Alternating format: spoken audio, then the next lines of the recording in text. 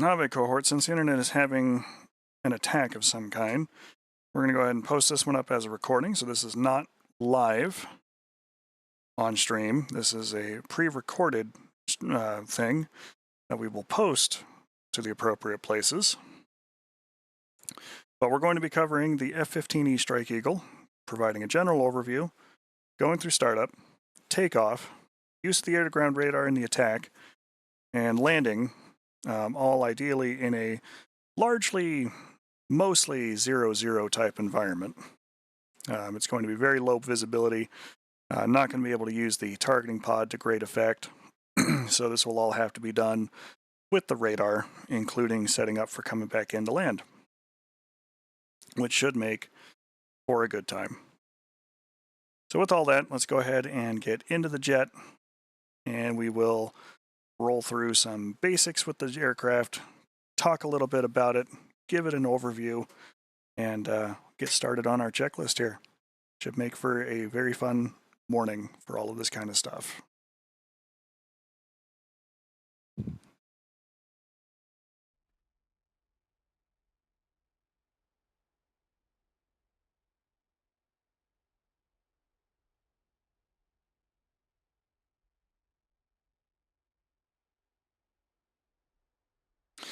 Okay, so here we are inside the aircraft.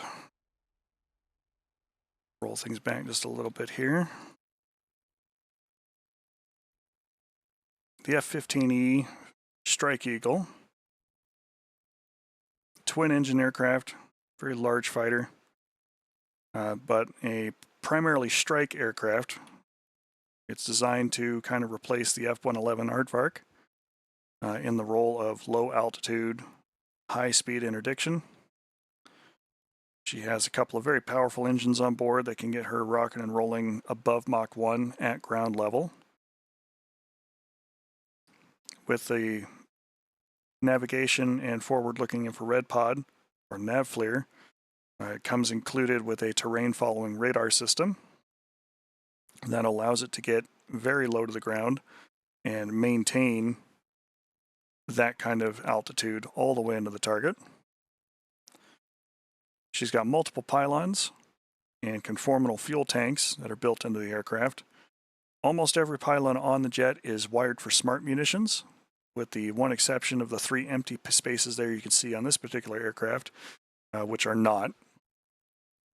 In DCS, the CFTs are configured as a single unit, so you can either put 6 Mark 82s on board in those spots, 6 cluster bombs, or fewer, depending upon the configuration limits there. But they cannot be configured with, dumb bombs on the outer pylons and smart bombs on the inner parts of those pylons together as a unit. That isn't possible. She does have a 20mm autocannon, the same M61A1 that is found on most of the American fighting aircraft. And it is a 2-seat, fully controlled platform, front and rear. So let's go ahead and go through startup.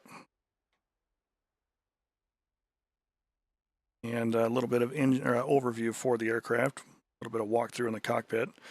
From right to left, aft to forward, we have the interior lighting switches and panels and dials and rheostats, which include our floodlights, our day-night display modes, standby compass, testing switches, up-front console brightness, and instrument panel lighting.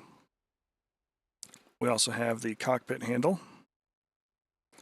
Forward of that, we have air conditioning, which we will want to go ahead and set into automatic mode, and mostly leave the rest of the switches the same. Forward of that, we have our anti-icing. We are flying on the Kola Peninsula, and you can see the snow on the ground and the overcast in the sky, so we will want to make sure that we turn that on before we get too far ahead.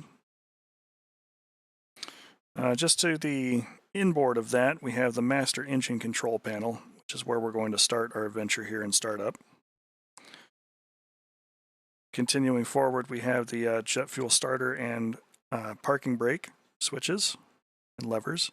The JFS does have a right click that you can make on it for your second charge. in case the first one fails for whatever reason. Continuing up this side of the panel, we have the fuel quantity selector, our bingo selector, checking which tanks we're looking at for the display, totalizer, left and right side. We have mechanical gauges and steam gauges for hydraulic pressure, utility pressure. This blank box here will display engine RPM settings and fuel use in pounds per hour. We have the right MPD, which is a multi-purpose display. Moving left of that, we have the UFC, or the upfront console, which is going to be our primary interface with the computers on the jet. Includes a lot of other features in there too. You may be familiar with these knobs in the Hornet, as they are both McDonnell Douglas / Boeing aircraft. Some of those parts are going to look very familiar and similar, and they perform the same functions. That is your channel preset selector for left and right radio, or left UHF and right UHF. Volume control settings for those radios. The console and keypad by itself. HUD day auto night selectors. Symbology day auto normal reject 1, reject 2. Your HUD video, which will control the nav FLIR pod's display and overlay on top of your HUD glass. HUD brightness, UFC brightness. Continuing left, we have the left MPD. We have the emergency fire extinguisher switches, testing and discharge, and the fire locations there for either the AMAD or the left or right engine. Continuing down, we have the selective jettison selector, the master arm switch, again your manual airspeed in knots, angle of attack display, vertical speed indicator, altimeter, standby ADI, emergency jettison, and in the center MPCD, the C standing of course for color, as it is a full color display. Continuing left and aft, let's reset myself here in the seat real quick and adjust the track IR. We have the stability augmentation system. Nuclear consent switch does nothing. We have our inlet ramps, which we're just going to go ahead and set to auto while we're here. The refueling door slipway for open and close, override. The NCTR, which stands for non-cooperative target. I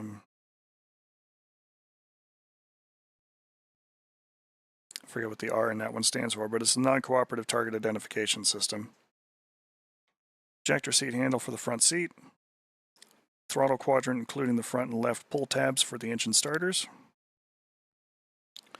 Moving further aft, we have the volume control, radio control, IFF switches if you need to select, different antenna bands for that. The sensor control panel, which includes everything from JTIDs for your integrated data link, which at the moment really doesn't do anything. It just handles that by default. So that's helpful there. Includes the INS knob, terrain following radar, radar altimeter, radar itself, and the nav FLIR system. Includes your INS alignment switches as well. You have an emergency air refueling switch cover in case you need it. These switches back here really don't need to be touched and can be left in their automatic modes.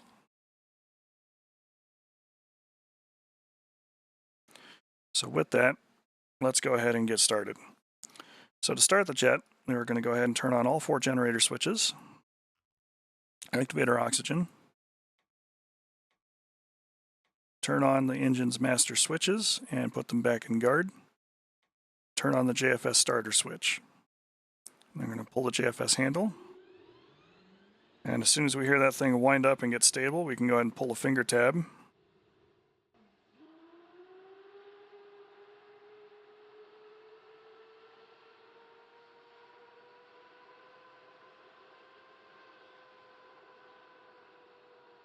And as we get a little bit of power out of it, it's going to activate the engine display there. Once it gets up to 24-25% RPM, we're going to go ahead and take that throttle out of detent and move it forward, which will start the igniter.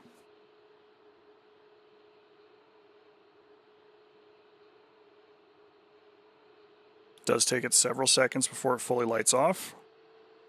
But you can hear the change in engine pitch, see the engine temperature rising, and the engine RPM gauge increasing.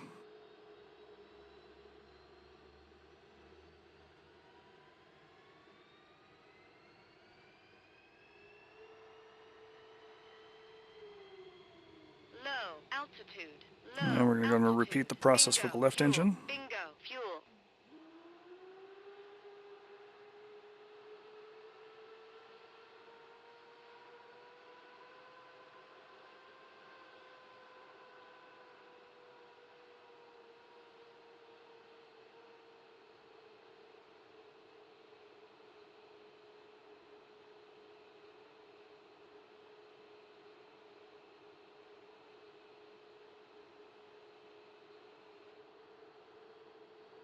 And it's lighting off. So at this point, we can go ahead and do things like turn on our displays.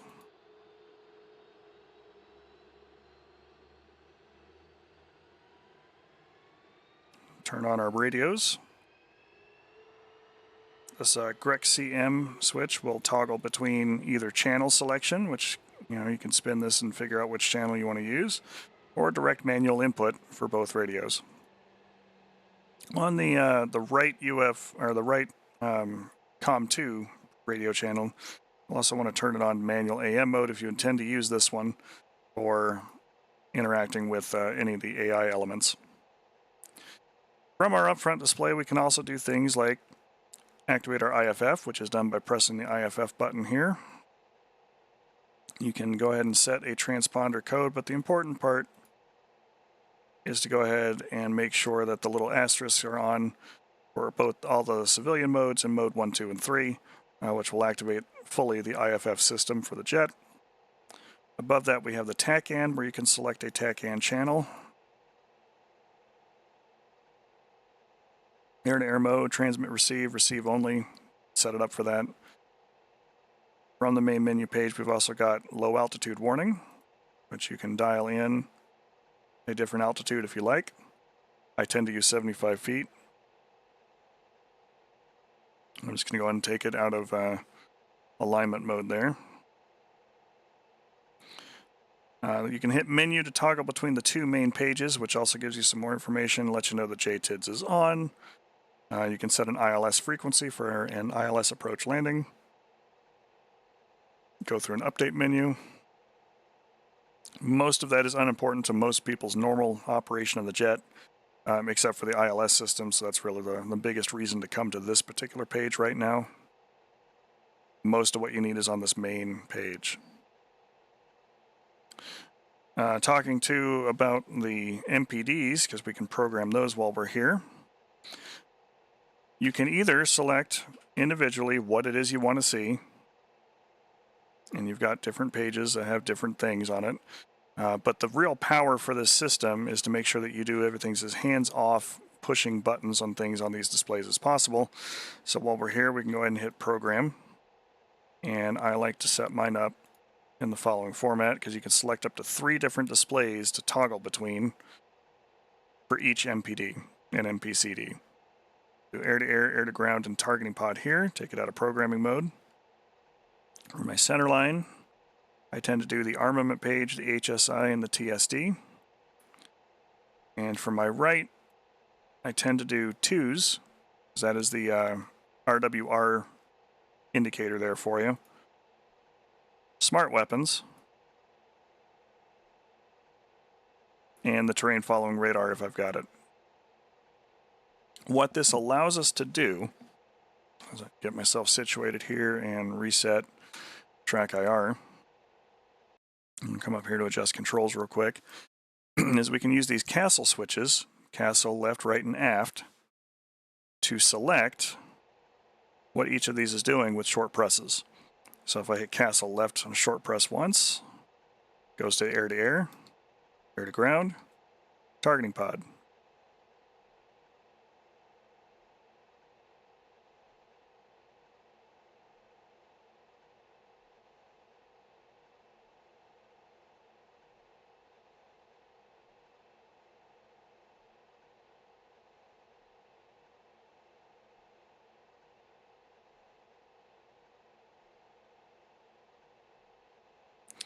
I hit the right button, and we'll select between twos. You can see the little compass heading. We got little arrows there to show where the TACAN beacon's looking, what the TACAN range is, steer point information in nautical miles, our smart weapons page, which will show us all of our JDAMs that are on board and their status, and then the terrain following radar system. And then aft, we'll toggle the bottom one. We're going to talk about the armament page here real quick as well, because that's going to be very important.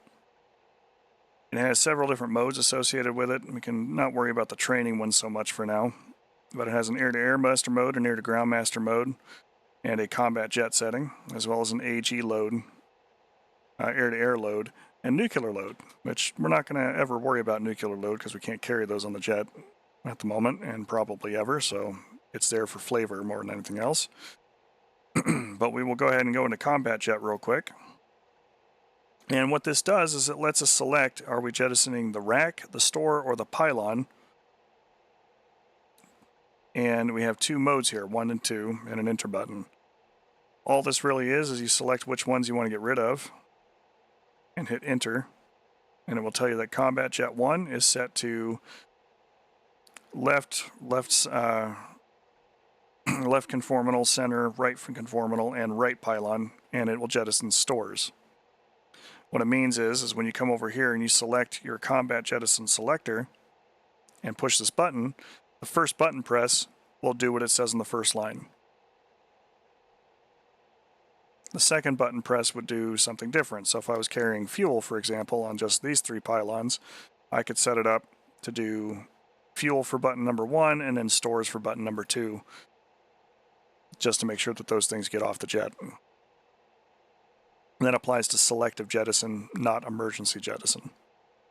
We go back to the menu, we go back to air to ground. We're looking at what's known as the PAC system, which is the the programmable armament control system for the jet.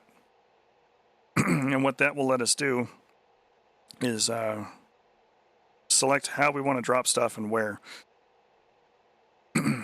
If we're carrying smart weapons, they self-identify, and if you're carrying an initial loadout without actually changing your loadout at all, those should all be identified already, and packs will be pre-configured for you.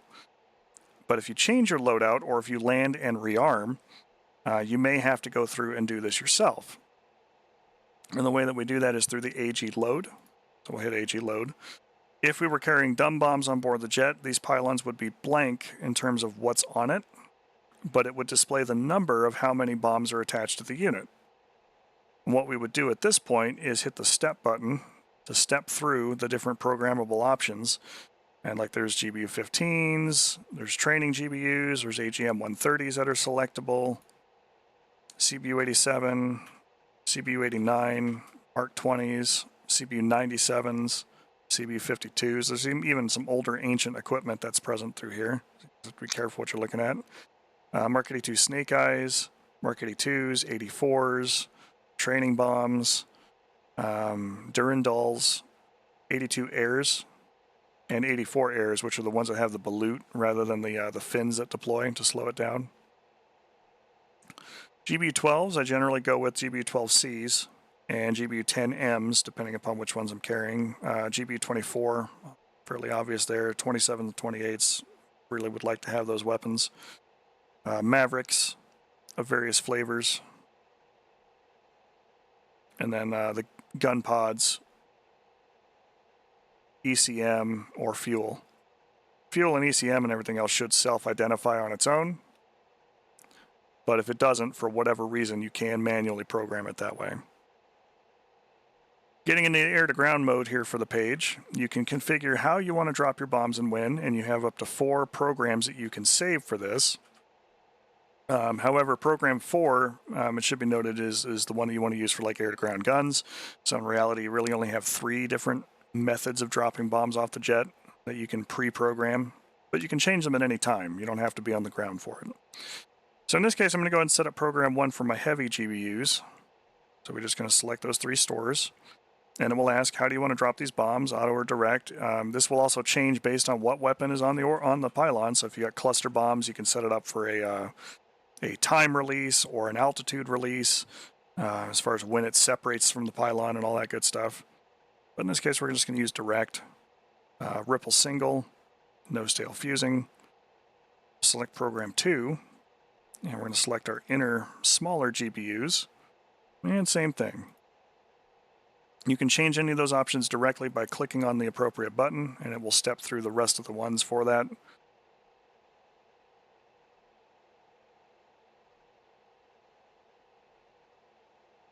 And it will remember it so that you can quickly bounce between different release profiles and setups.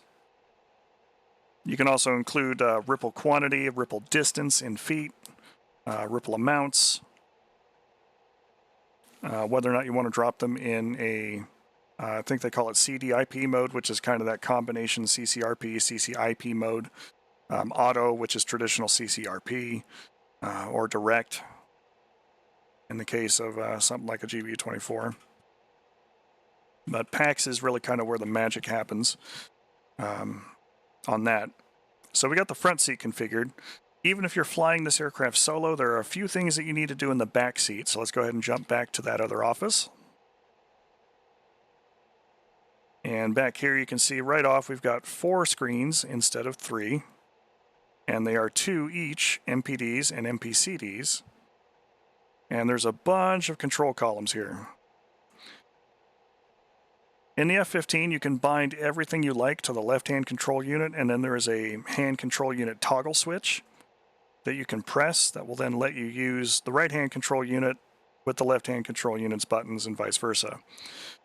It's important to note here that the left-hand control unit controls the left 2 screens, and we can talk about how that seat works at a later date. And the right-hand control unit controls the right 2 screens. There are subtle differences between the front and the back seat on that, in that you have, these 2 control columns with their respective buttons. But other than that, those things are less important to talk about, and you can do just about everything from either seat in the jet. You do have your own UFC, but it's off to the side and offset a little bit. Otherwise, it functions identically to the one up front. And you can control everything from back here just as you would up front. So for example, if you wanted to go ahead and engage the autopilot and use autopilot navigation steering for all of that, you can set it up and work it from this console. Backseater's oxygen switch is back there. We need to make sure we turn that on. Our right hand side includes the interior lighting switches, just as they do up front. But you do have some added gadgets that are unique to the back seat and must be turned on before the jet can be fully utilized. Your countermeasure switch, I usually bump that up to semi-auto mode. Turn the ICS on, the RWR on, the EWWS on. And on the left-hand side, we're going to turn on the targeting pod. And if we're going to use it, the laser would need to be turned on as well to be armed. We're going to leave that off for now, though. RWR and ICS set to combat. This next inboard switch is for your ECM pods, which if you need to turn them on for whatever reason, they are built into the jet in the tail section. Kind of see that pod way up there. But that switch governs those. And we can leave the ICS in auto mode. At this point, the back seat is completely configured for solo pilot use. Nothing more that you need to do. We can go back up front. One of the reasons why this aircraft, unlike the F4 and the F14, does not have its own dedicated AI to run the back seat is that it's a lot less important for this jet to have one. Just about anything that you would like to do in the aircraft can be done from either seat. Which has pros and cons. The cons on that one is it kind of feels like whenever you jump into somebody's backseat, you're going to be at the mercy of whatever it is they want you to do. But at the same time, that's where the power lies too, because you can divide this workload up in the jet any way you want. If you've got somebody in the back seat who is a lot more comfortable about managing the fight, you're working the radios, dealing with the different pods and air-to-ground sensors, like that's really kind of where their wheelhouse is, and the back seat tends to run the fight while the front seat defends the aircraft from air threats and gets you from A to B. The front seat does have a lot more HUD options there for it, but in the back seat you can select one of these displays to be a repeater for the front seat HUD, up to and including the nav flare camera and everything else. So while it is a little more clunky to fly the aircraft from the back seat, it is possible to fly the aircraft from the back seat and conduct the whole fight. I wouldn't want to. I'd much rather do that from the front seat. But it's possible, and because it's possible, that makes it a little bit magical. So let's go ahead and get the chocks off the jet. Chief, remove the wheel chocks. And we're going to talk about what we're doing today Copy. Wheel chocks in terms of the actual flying portion. It is very wet out, and I've set things to a low overcast, so we're not going to be able to use the targeting pod for just about anything. But we're going to be cruising out here to these islands. And our target for today is going to be these two silkworm sites.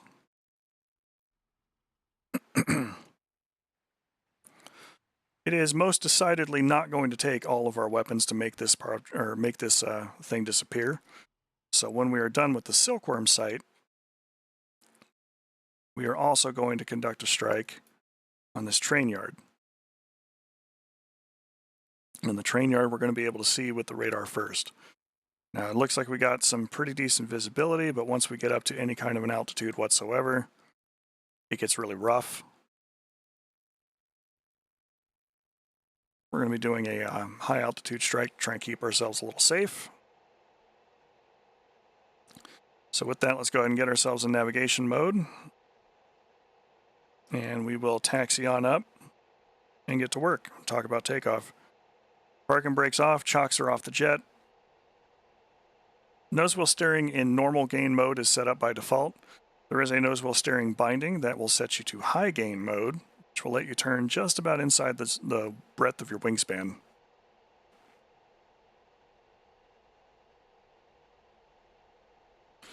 Without any additional bags on board the jet, you can carry up to 22,500 pounds worth of fuel between the CFTs and the internal storage of the aircraft.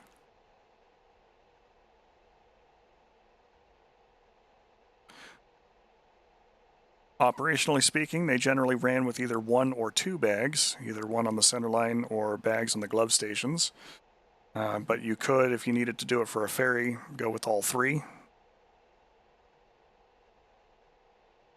Configuring yourself in that manner nets you a little over 30,000 pounds of gas.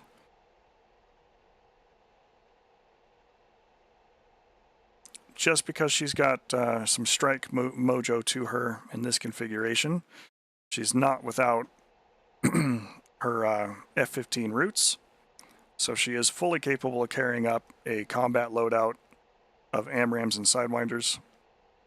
Razbam was also very generous in not rivet licking the particular aircraft that they chose, and are allowing you to really kind of configure it like a 1991 era F-15E circa Gulf War, so you can carry Sparrows instead. Sparrows are only carryable on the CFTs, so it's either bombs or Sparrows, not bombs and Sparrows. AMRAAMs, however, could go in the glove station spots, so you can really kind of mix and match there with that. She has a little bit less gun ammunition. That's kind of the price of carrying an extra person compared to the F-15C. She's also a little less maneuverable than the F-15C. But in my opinion, she more than makes up for it in just about every other way.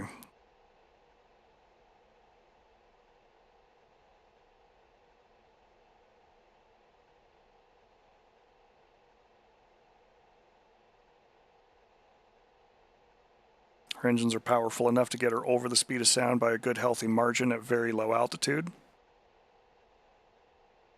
The terrain following radar system really allows you to mask your approach. Go ahead and we'll throttle up here.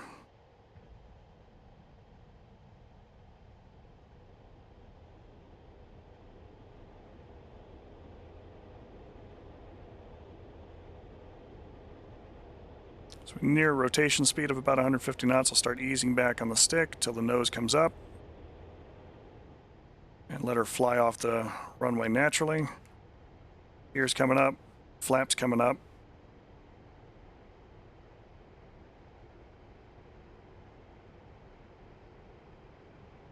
And I'm going to put her on about a 10-degree slope here. Set ourselves up for 25,000 feet, navigation mode. And we're going to let the autopilot do some of the work here. I'm going to go ahead and take her out of burner.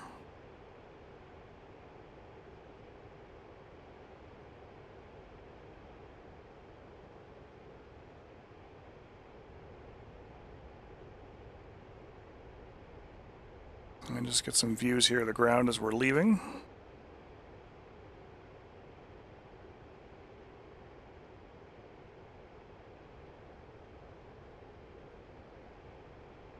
Turn out our lights. Make sure the radar is in operating mode. I'm going to leave the TFR in standby, as I don't think we're going to need it just yet, and since it's daytime, leave the nav FLIR in standby as well.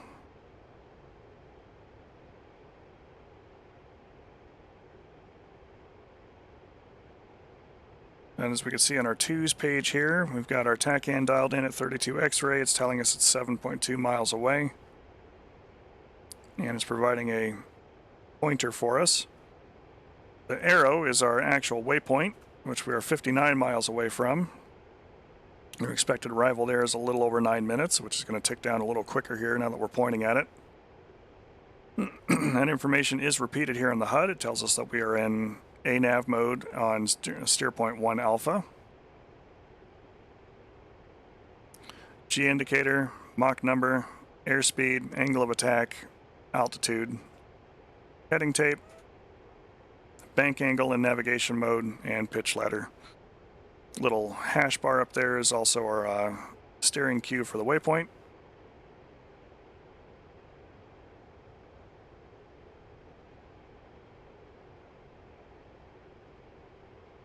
And if I go air-to-air ground master mode, because I'm carrying JDAMs at the moment, it's going to take away a lot of that information. Generally, I will fly with nav mode until I actually need one of the master modes. Going to go ahead and make our air-to-air radar soy here for a moment, which is a long press of the castle switch for the MFD that I want to use. And that applies to the HUD, applies to the right MFD if possible, or the lower MFD. But for the moment, all we have is one that could be really utilized as such. There's another set of switches that we'll want to make sure that we got bound, because those are going to be useful, and that's the coolie switch, up, down, left, right.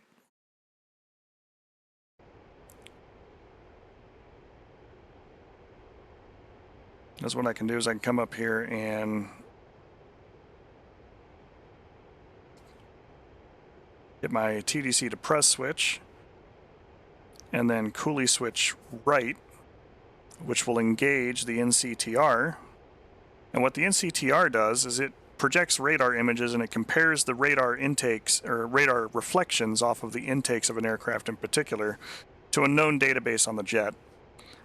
And as long as they are nose hot to you, or nearly so, you can use the NCTR to attempt to identify the aircraft prior to shooting. If you do coolie up, you can toggle between any target in radar range to give it a look. And it remembers what was identified previously based on every other information in the jet. You can also do coolie left and hold to do an IFF scan, circles or friends.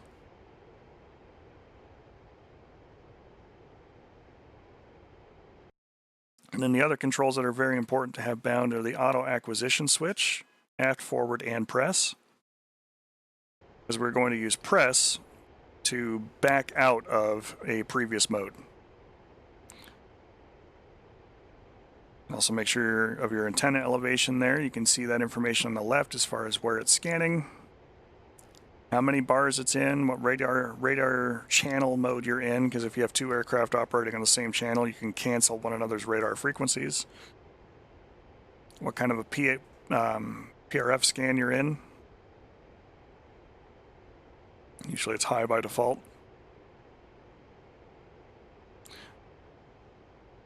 You can use the auto acquisition switch forward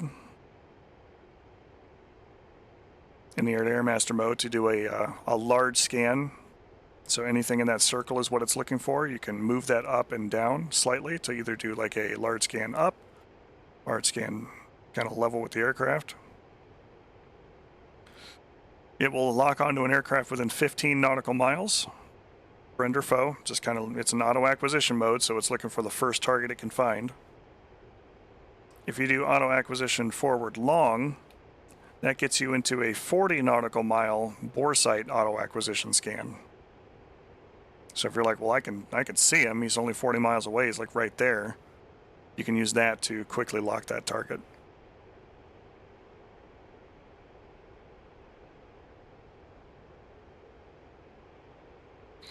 But for now, we are considerably closer to our zone than I had wanted to be. That's okay. What we're going to do next is we're going to use the air-to-ground radar to quickly look at waypoint 2, which is the train yard and not our initial target.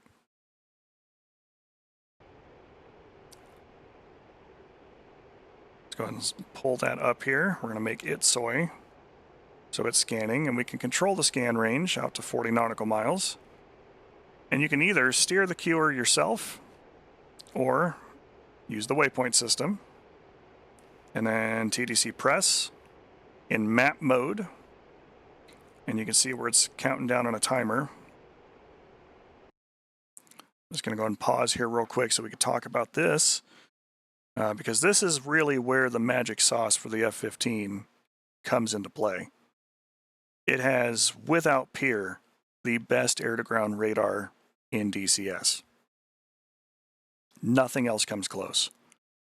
This is a pure radar image. This is not a targeting pod, so it will look right through a cloud. It will look right through most obstructions, and you can get this kind of an image from 40 miles away.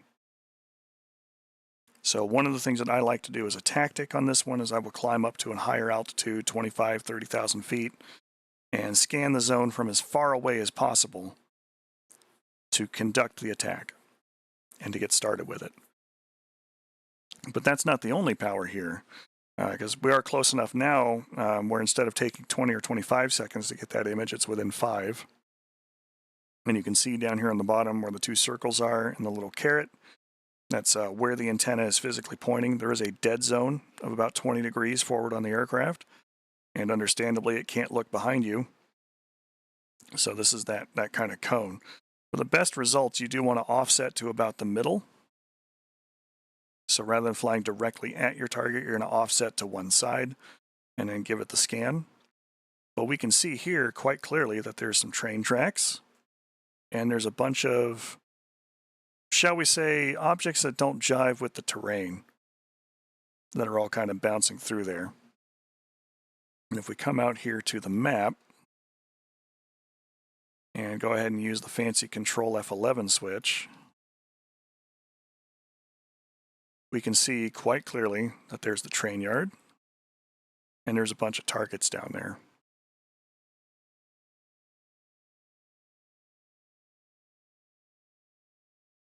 All of these things have been picked out by the radar on board the jet from miles and miles away through clouds.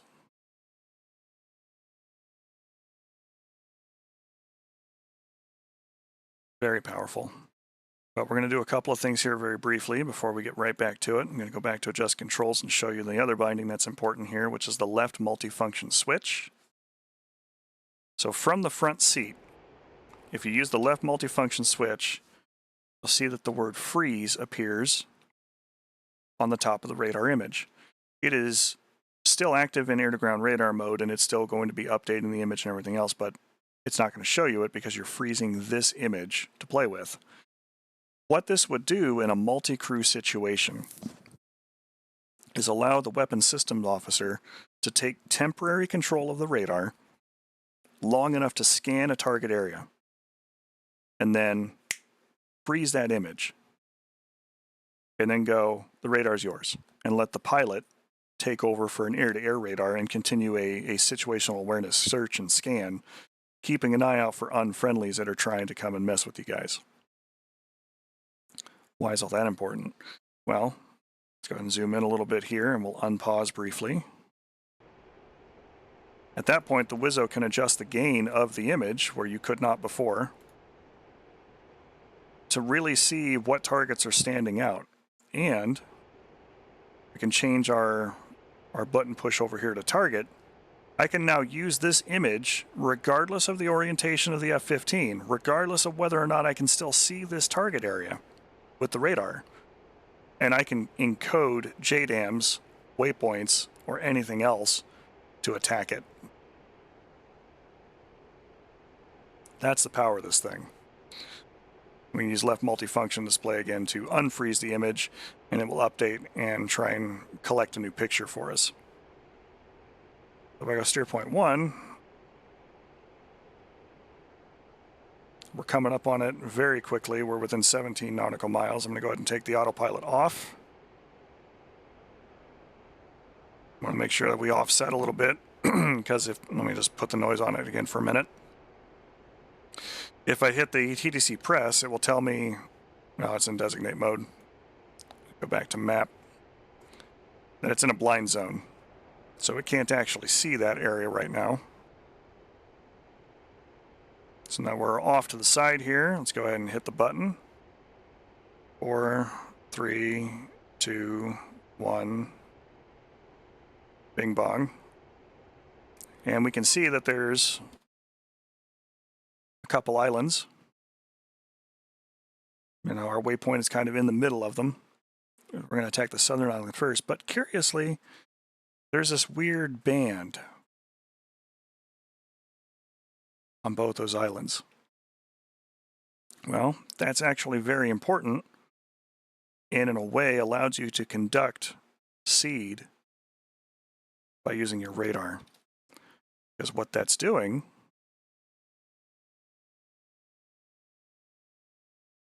is it's showing you this. This is a Silkworm battery, so it's an anti-ship missile system, but it has a radar associated with it. And what we are detecting through our air-to-ground radar sweep is a radar illuminating source that is located almost always about in the middle of those two large lines. It can be very hard to pinpoint.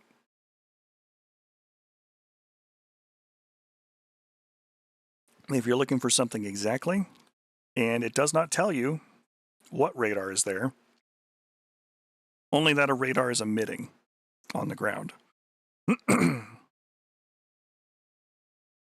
So what we're going to do next is we need to move what we're looking at, and it's important that this middle button here that we can see, where it says 0.67, that is the radius in nautical miles for how large of an image we're looking at. So if I back this off and go to 10 nautical miles and hit the same point, it's going to take a minute and scan it, and it's going to take a little longer to scan it because it's looking for a much wider picture.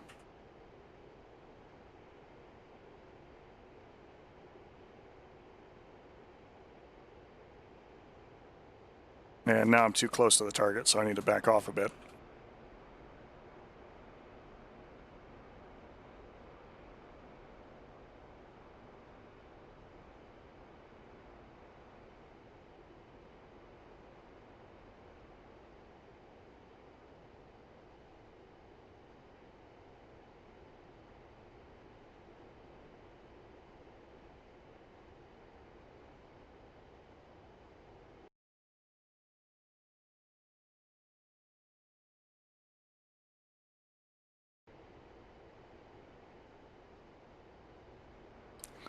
Keep leaving here for a minute. Extending out here to the southeast.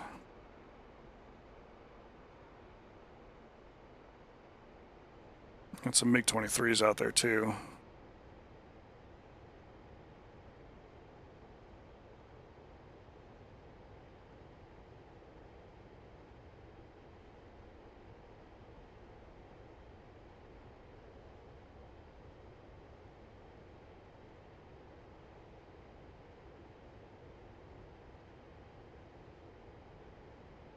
I'm wanting to push out to about 20 miles again.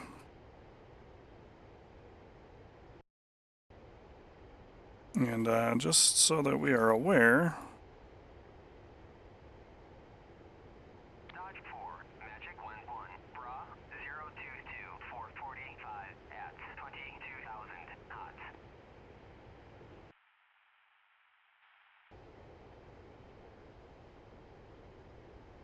those aircraft are somewhat close. Dodge 4, Magic 11, Bra 045 for 190 at 25,000 cold. Alright, let's go ahead and turn back in.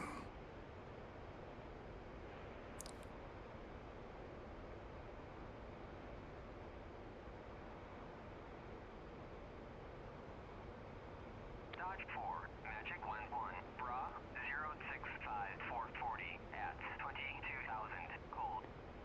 Kind of feels like those aircraft gave up.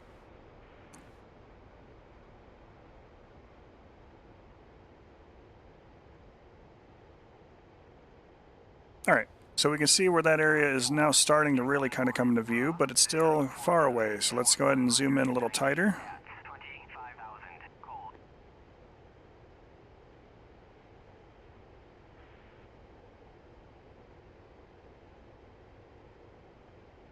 That's looking better. We'll bring it down to 0.67 and we're just going to zoom in on this one island.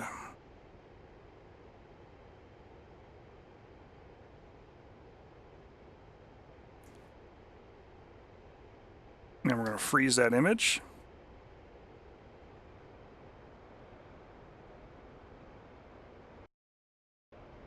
And I'm going to turn out here to the west. And we're going to walk through the real power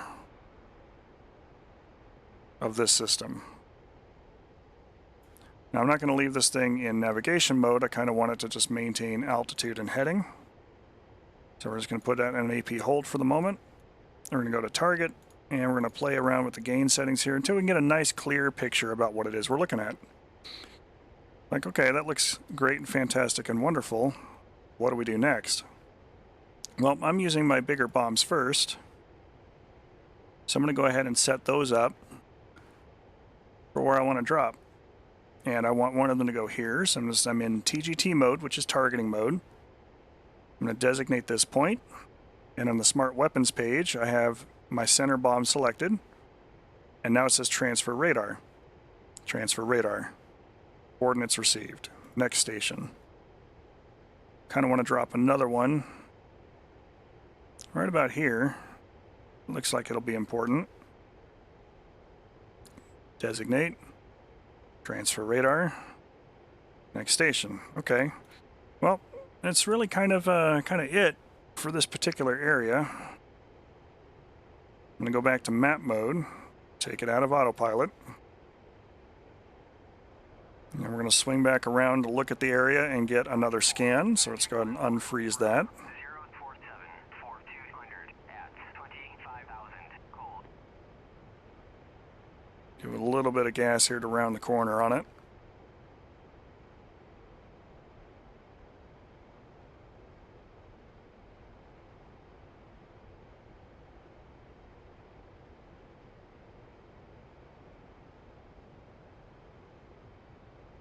All right, we're back in parameters where it can start scanning.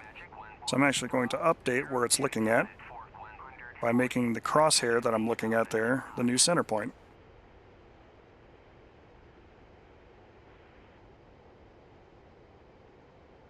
It's a little blurry, but I want to update the center point again anyway. So I'm just going to go and select there and let it wait for another pass. So we got a nice crisp image. That's better. Let's go ahead and freeze that one. And same song and dance. We're just going to turn out and keep ourselves safe.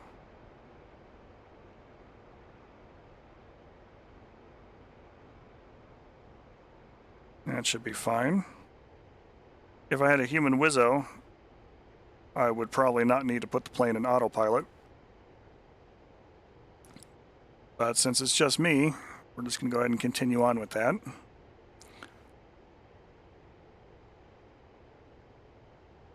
And we'll say that that looks important.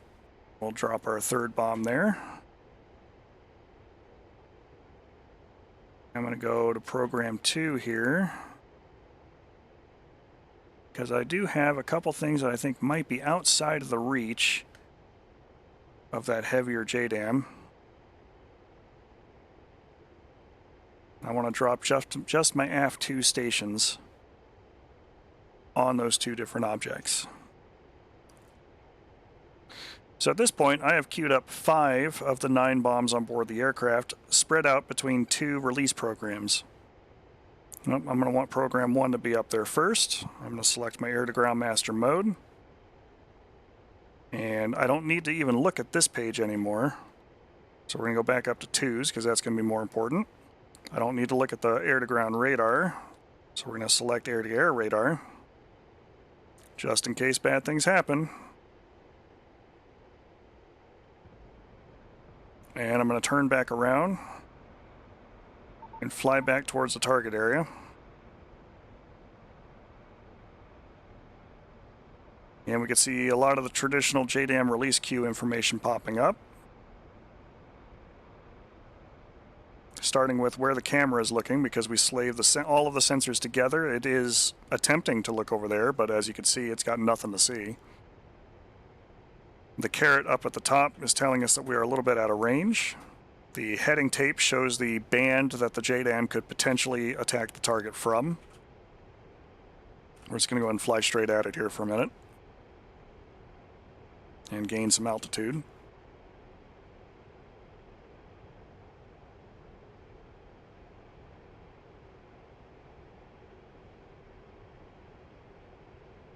It's important for the F-15 that you don't put negative G's sustained on the aircraft for any period of time, as the feed tank is gravity fed.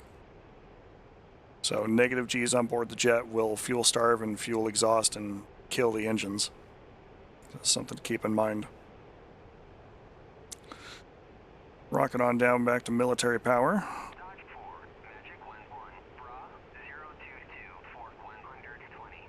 And it says I'm coming up on about 45 seconds to release. And we have program 1 selected, which is the heavier JDAMs first.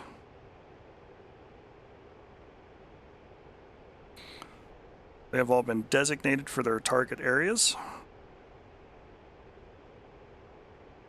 At this point, we just need to make sure that we are in parameters and in the zone.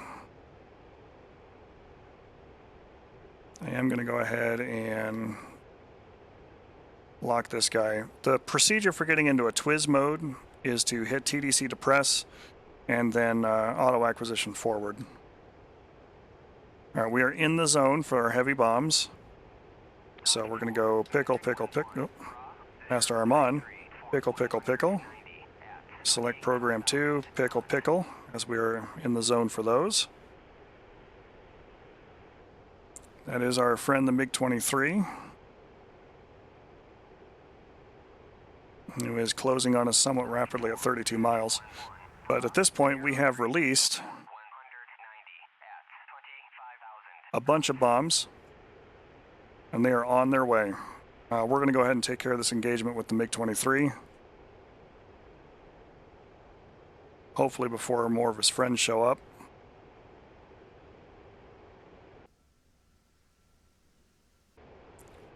Those bombs still have a long time to fall.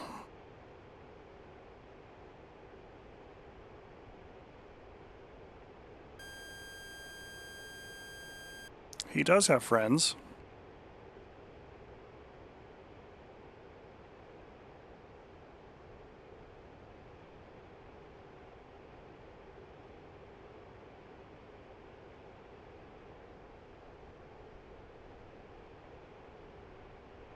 So I'm going to start here with the first one. Box 3. Box 3. Box 3. Kicking out countermeasures. We're cutting out to the right. Thoughts and prayers there for the AMRAAMs. I'm going to let those go. I'm going to kick it here in overdrive. Start burning out real hard and fast. towards the south.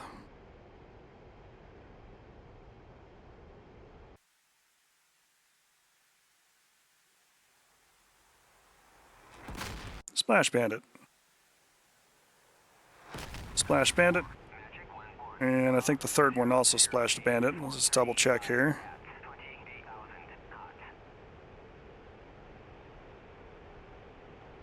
Yep, looks like we killed 3 of the 4 just right out the gate.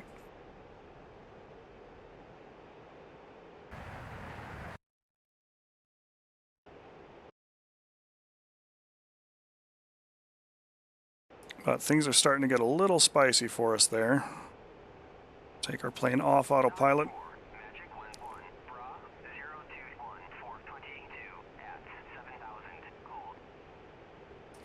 Gonna unfreeze the radar. Put it back in air-to-ground mode. And have it look at steer point 2.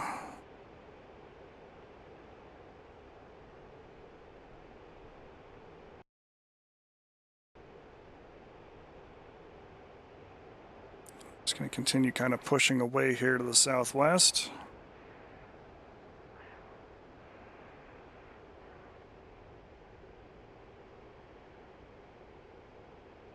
We're going to have a quick look at that train yard, get the last 4 bombs off the jet, and then we will conclude by going home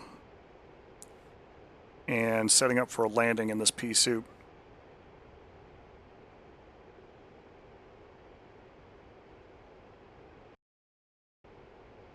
Check in with the AWACS here real quick, make sure we don't have anybody super sneaking up on us. Request bogey dope. Dodge 4, Magic 1-1, Bra 045430 at 23,000 cold. All that play so far, we still got 14,000 pounds on board the aircraft for fuel. 1-1, Bra 051430 at 23,000 cold. Let's go ahead and sneak in real quick and try and grab our image. Try and keep it right about in that middle segment. And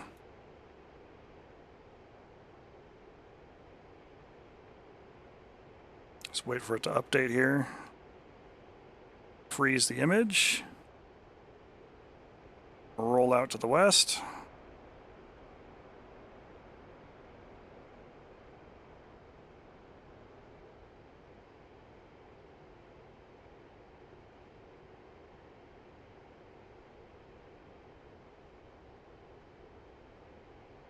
And set us up for the autopilot hold. Now we're going to talk about the different modes here. We have update, which is usually used for updating where a waypoint is located. Target, which is our designation mode. Q, which is I want all my sensors to be angled on this target. And mark, which allows us to create up to 10 mark points that we can use to reference things later. So if I came down here and went, oh wow, that all looks really interesting down there, but I don't actually have a waypoint that's already queued here, I can go, I want to create a mark point in this spot, and now I have a mark point that I can go back to, reference, use for targeting, anything else. But let's go ahead and play with the contrast a little bit here, and we've only got 4 bombs, so we're going to make these count. Designate that spot. Transfer radar. Nice little cluster of targets right here. Go ahead and designate that one.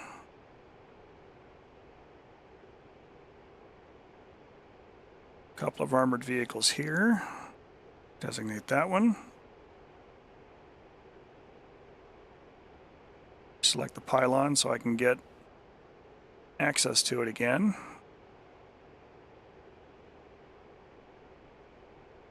And I got something not over here that's off to its lonesome. That could be an IR SAM of some kind. There's no radar threats down there that we can see because there's no large columns there indicating a radar presence. So at this point, all 4 JDAMs are ready to rock and roll.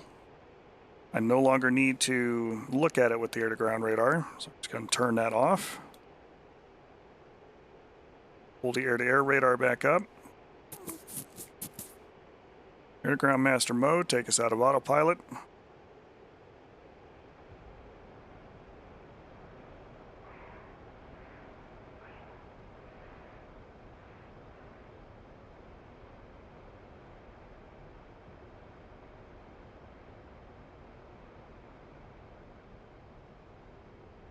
The little box there is an indicator for where our targeting pod is looking, so you can kind of use that to help steer it. It looks like we do have some friends out that direction, though. I'm going to give them a little scan. And they are unfriendly.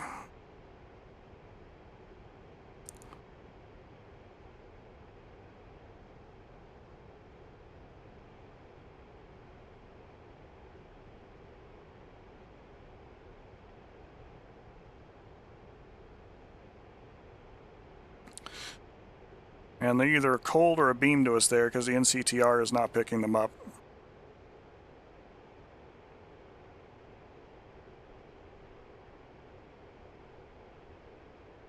Says that we are in range. I do kind of want to press in just a little further.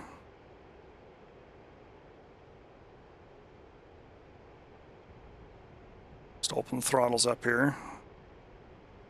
Kind of want to press until we're in zone. In range is I'm kind of pointed right at the target, so I'm getting the maximum distance out of the bomb. It doesn't have to make any turns or corrections. In zone, you can be a little more free with.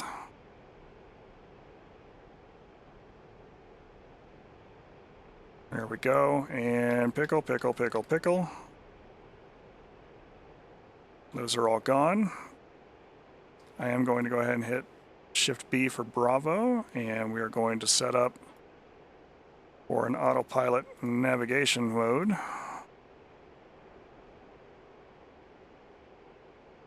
Back to steer point Bravo at our desired altitude. And that's not turning fast enough, so I'm just going to go ahead and do it most of the way there.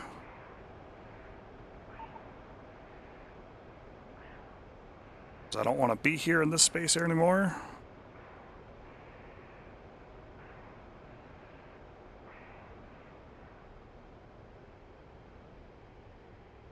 Now we'll go AP hold.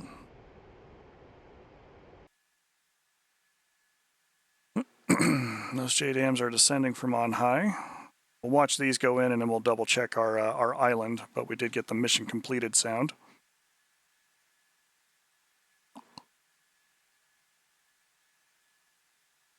This bomb is the last one we designated. It's going out for this target by itself.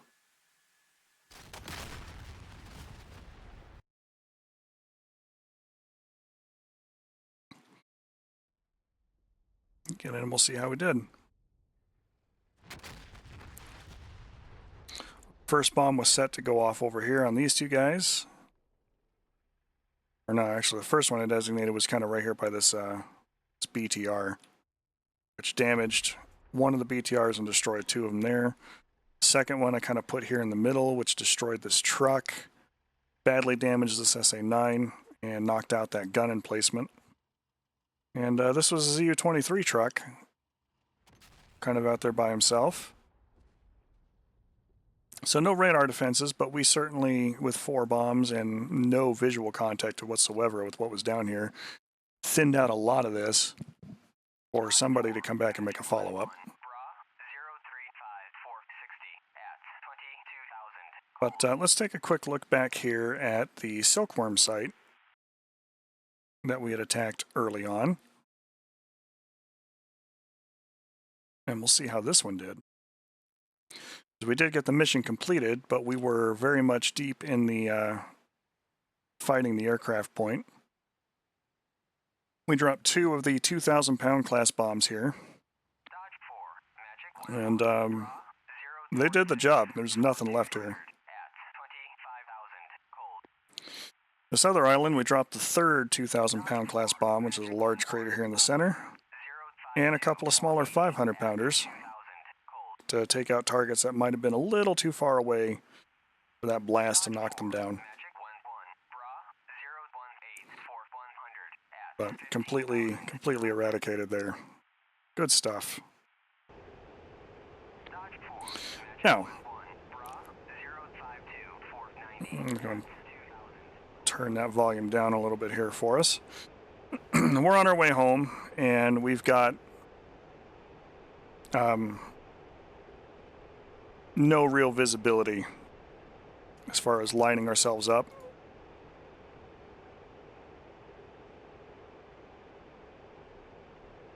But we can make things kind of work there for us to our benefit. We can go ahead and get ourselves into the air-to-ground mode. Shift B, or I'm sorry, steer point Bravo, is always your origin point where you took off for the jet. Wherever it was when you first aligned the aircraft is steer point Bravo as far as the jet is concerned. So it's always a nice way to get back to a home base. Of course, we've also got TACAN navigation and ILS information that we can use. And Calyx does have an ILS in both directions, but we're going to worry about the 3.2 side, which is 109.90.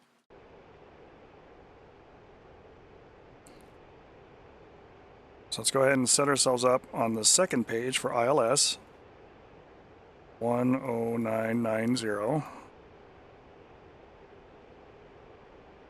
And we're going to come down here to our TSD page, which looks an awful lot like 2's, but it is not. It's showing you TACAN beacons and other information on it. But more importantly, it lets us do things like ILS TACAN.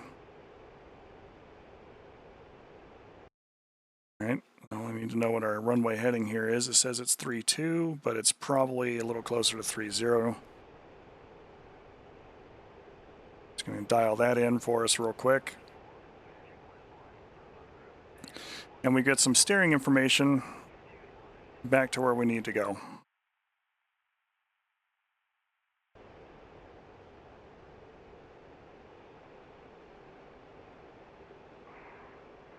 And as we get closer to it, we should get some needles information and be able to really kind of just fly that on in.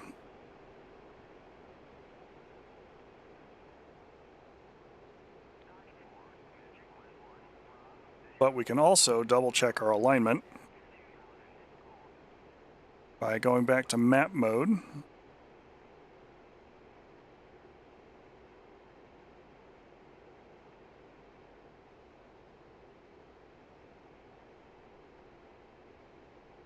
And giving the runway itself a scan to make sure we're looking in the right spot. And as we can see, it's not quite correct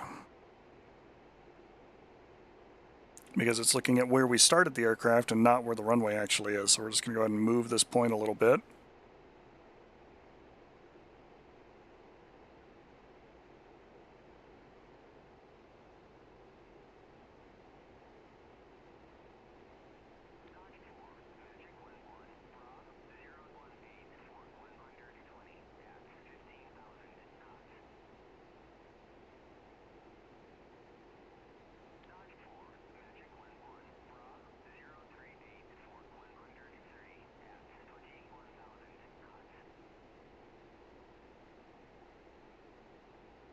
There we go.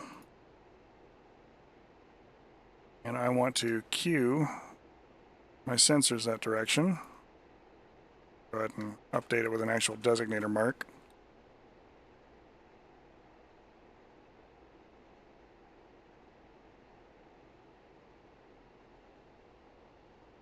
And go ahead and steer the pod on it.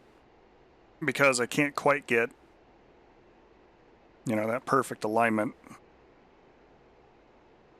with the radar, on account of the radar having a dead zone in the front end of the aircraft. We're going to go ahead and descend, set ourselves up for landing, go and turn our lights on, make it look all nice and pretty.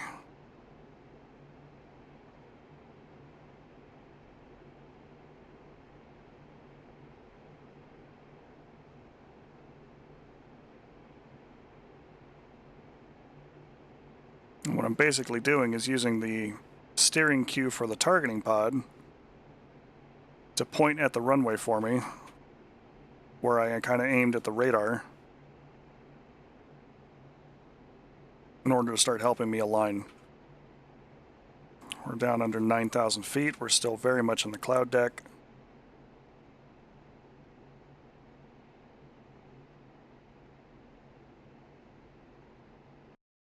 I just want to make sure that we are looking at the right. Yep. Thankfully, we do have some visibility here as we get under the cloud deck, so we can correct for it.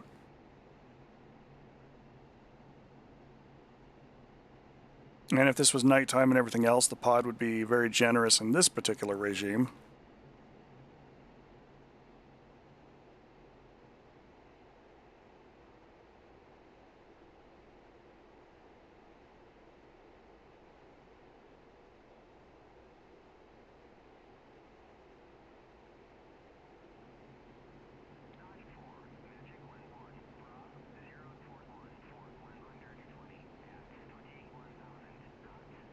I would say, though, that the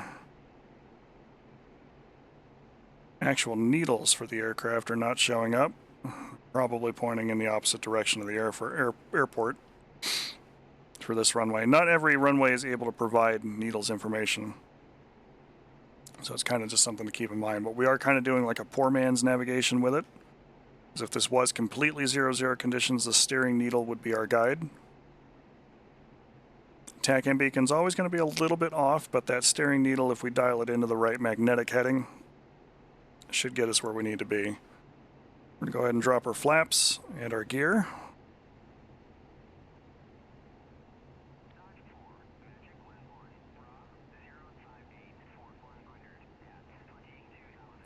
Pull the speed brake in a little bit.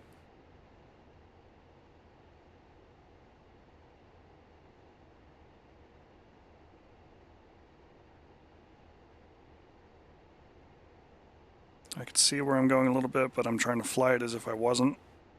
Mostly I'm watching my vertical speed indicator here at the moment, airspeed, and my flight path marker.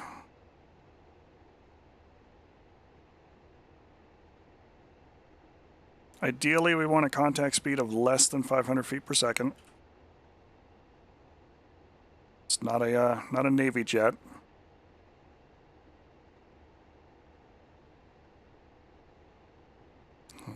Give it a little bit of power here. Keep the nose up. Low altitude. Low altitude. Reduce our sync rate. Deploy the speed brake. And very gently make contact with the runway while holding the nose up.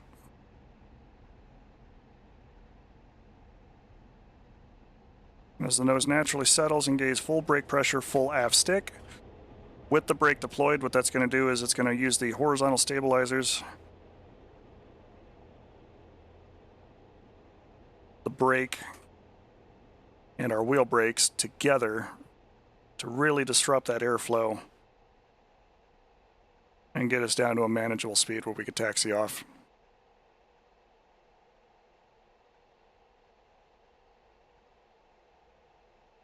Some of it is going to vary depending upon what you're bringing back to the runway and how empty your fuel tanks are when you get there. Broadly speaking, the lighter and more empty you are, the slower the airspeed will be. But I find that most of my comfortable approaches for making it to the runway and being able to stop have an approach speed of approximately 200 knots with a touchdown speed of somewhere between 170 to 180 knots.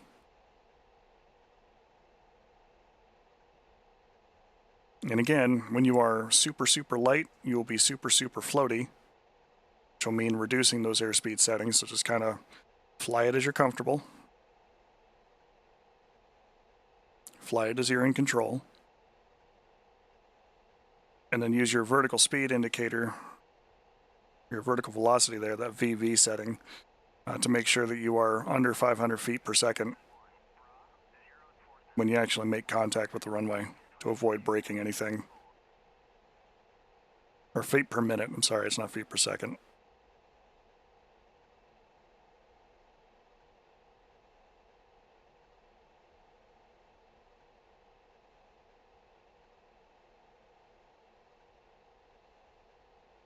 Once you make contact again, you want to keep the nose held approximately 10 to 15 degrees attitude and maintain that until the nose naturally falls to settle, or when your airspeed gets under about 130 knots.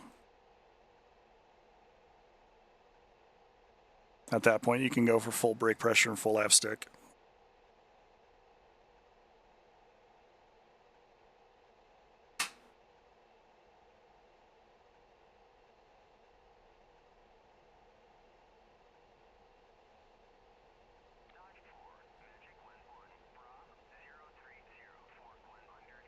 Radar is a very powerful tool.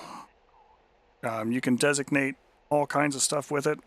You can drop dumb bombs with extreme accuracy using the radar. You can drop cluster munitions with extreme accuracy using the radar. You can do it from low altitude. You can do it from high altitude.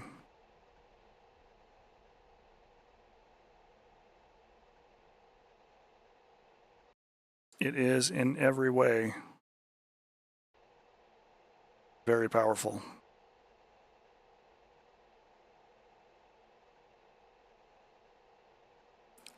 We're going to come over here and park real quick and shut down.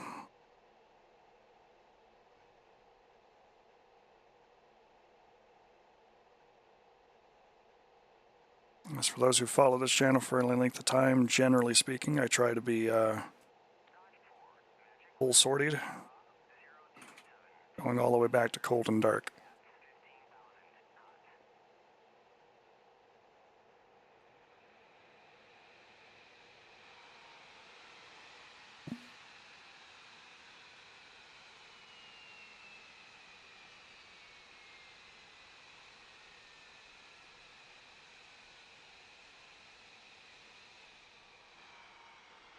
Low altitude. Low altitude.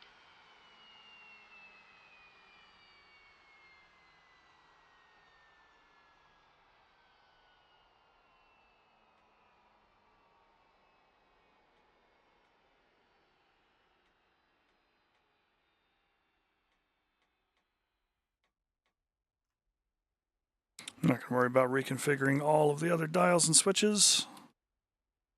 Well, we will ask the chief to go ahead and place the chocks in the jet. Copy. Wheel chocks are now in place.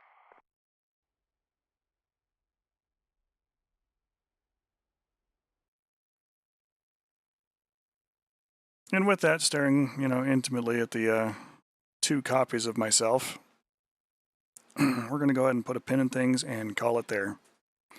This has been the F-15 initial overview, takeoff, air-to-ground radar, coming back in for a landing. Not quite as 0-0 as I would have liked, but, didn't quite have that particular weather pattern there with the settings for high overcast and rain. And just kind of is what it was, but still good enough that we could not see the target from the air at high altitude with our pod. Hope you've enjoyed that one. Always ask for consent. Try to communicate as best you can with your partners. Try to be genuinely decent human beings. And I will catch up with you next time, preferably more live than the internet allowed me to do today. But this will be up on YouTube, so leave comments with questions. Catch you on Saturdays for the usual streams. With that, have a fantastic afternoon. Pilum out.